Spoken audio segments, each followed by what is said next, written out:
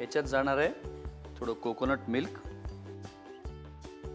आता याचे आपण क्यूब्स का केले आहेत तर हे जे आहे हे कूलर आहे, कूलर म्हणजे थंड असलं पाहिजे। याच्यामध्ये आपल्याला आईस टाकलं तर ते जास्ती लिक्विडी होईल, म्हणून याचेच आपण क्यूब्स करून घेतलेले, म्हणजे वेगळा आईस टाकण्याची आपल्याला जरूरत नाही आहे। त्याचबरोबर त्याला एक थिकनेस त्याच्यामुळे येणार आहे, या पायनॅपलच्या क्यूबमुळे त्याला थिकनेस छान येणार आहे आणि थंड आणि चिल्ड असं हे ड्रिंक खूप मस्त लागणार आहे।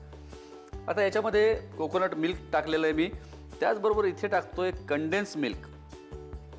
आता कंडेन्स मिल्क टाकल्यामुळे आणि याचा वापर केल्यामुळे मी वेगळी साखर इथे वापरत नाही आहे, पण तुम्हाला सांगून ठेवतो साखर ही अशी गोष्ट आहे, प्रत्येकाची चव वेगळी आहे।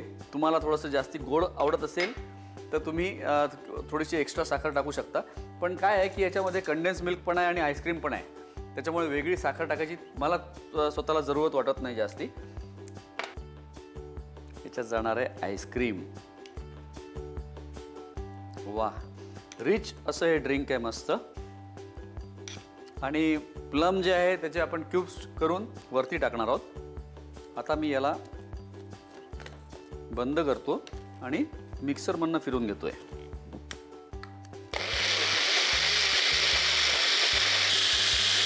बस, हे तयार झालेलं आहे।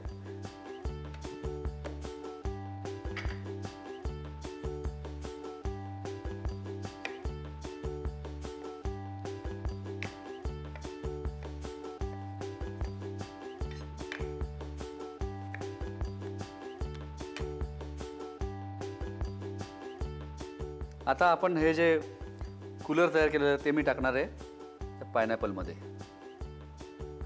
वाह,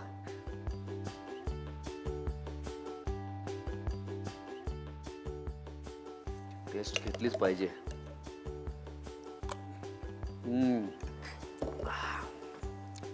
जबरदस्त, मस्त झालंय।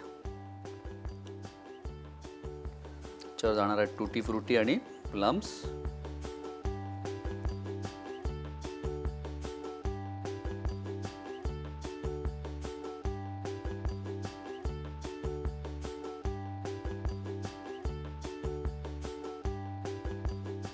आपण तयार केलेले ब्राझिलियन पायनॅपल कूलर, आणि मला वाटतं बघून तुम्हाला छान वाटत असेल, पण नुसतं बघू नका, ही रेसिपी करून बघा आणि टेस्ट करून बघा, तुम्हाला नक्की आवडेल।